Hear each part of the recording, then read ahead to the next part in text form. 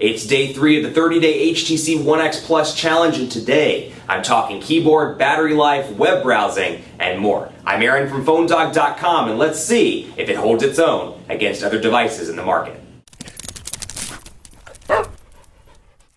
You know, look, I've said it before, I'll say it again. The thing that I like about the HTC One X and quite a few of the One devices, they've really done a good job of improving the standby time on these devices. I'll give you a perfect use case. You can see the battery's at 90% right now. The reason it's at 90% is because I charged it late last night. It charged up to full, I think if I remember right, around 10:15 or 10:30 last night. I unplugged it, I let it sit out on my nightstand while I was sleeping, and when I came into the office this morning, even with emails, with stuff on the device, relatively minimal use in terms of anything more than looking at an email, and if I needed to respond, I went to the computer.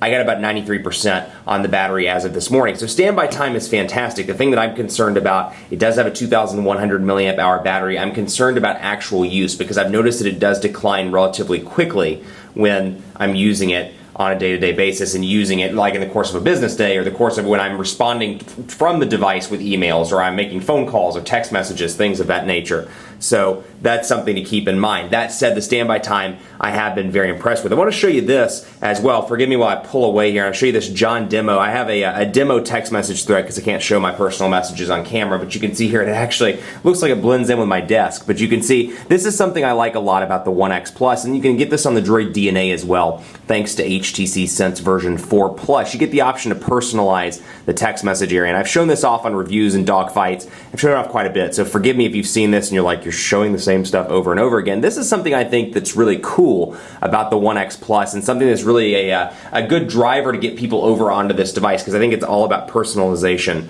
in 2013. So you can see you can change the background, for example, and you can change the text boxes as well. Personalize, we can go into colors, and I can change these around. I gotta remember what my colors were because I want them to go back to the original. But yeah, not as much customization, comparatively speaking, as some other devices, but I still like that ability to customize the text boxes, the background, and really kind of make this device my own. Something else I'm loving, and I've talked about this again in reviews and dogfights, and actually I think I talked about this in day 1 of the challenge, they've made substantial improvements to the keyboard. And I've always kind of had a love-hate relationship with HTC's keyboard. It's very popular, and regardless of whether you love or hate it, it's very well known as an Android keyboard on the market. Well, this is Android 4.1, and they've improved the keyboard, made it a little bit different. And if you compare this, which I don't have one handy, but if you compare it to an HTC Sense 4.1 device or something running Ice Cream Sandwich, the One VX, for example, you can see that the keys are more spaced apart. This keyboard is absolutely fantastic. You've got the 4.7-inch display, so it's relatively, when you can actually spell stuff, when it is relatively easy to type on. Relatively easy to type on. The autocorrect is good. It keeps up with me, and this is the first time I really did not care for the keyboard that came on the One X, which was the Android 4.0 keyboard, the One VX, which is the Android 4.0 keyboard.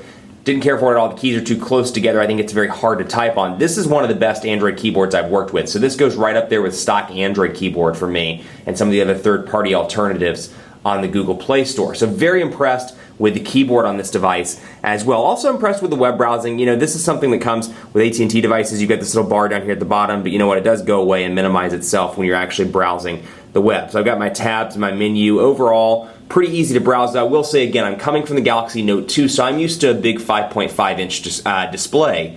And I will say, you know, I've complained about it over the course of a couple of months. It's a big device, but you get used to it, at least on some level. And I will say after using this for 3 days, I'm noticing the size difference. The fact that this is 4.7 inches versus 5.5, and I really see it when I'm like browsing YouTube or when I'm on the web because I'm like, you know what, the screen real estate is noticeably less. So that is something to keep in mind. Otherwise, pretty impressed with the device itself. Battery's still something I want to analyze as we go further into this challenge, so stay tuned for that and keep it locked on PhoneDog.com for continuing coverage of the One X Plus challenge. Let me know what you'd like to see. PhoneDog_Aaron on Twitter, Facebook, Facebook.com/HiAaronBaker or Facebook.com/PhoneDog. Hit me up with questions, thoughts about the device, what you want to see, and I'll do my best to cover those in subsequent challenges. I'd like to load up some more stuff on the 64 gigabytes of space as well, see how that handles, or how it handles things rather, and take a look from there going forward. So a lot more coverage to come between now and the end of the 30-day challenge. So keep it locked on PhoneDog.com, and as always, we'll see you next time.